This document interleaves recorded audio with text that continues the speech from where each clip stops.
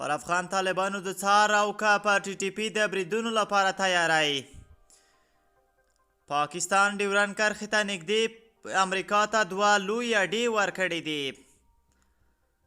دغه اډې د څه لپاره ورکړل شوي او امریکا څه غواړي؟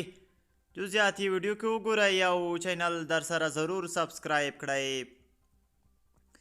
سلام، ستړي مشئ د پښتو نیوز چینل محترمو لیدونکو، وخت مو بخیر. په مکړی تازه خو ډیر زیات مهم خبر ته. پاکستان په بلوچستان کې امریکا ته 2 اډې ورکړې دي.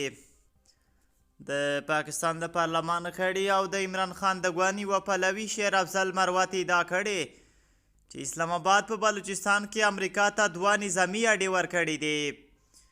د عمران خان ګوند چې د مهال د حکومت د سیاستونو منتقد دی، دغه غړي یې د پاکستان پر بهرني سیاست هم نیوکې کړې دي او خبریالانو ته یې ویلي اطلاعات ښایي چې ډیورنډ کرښې ته څیرمه افغانستان او ایران ته نږدې دغه 2 اډې د مهال د امریکایي استخباراتو په واک کې دي او له هغه ځایه سیمه څاري.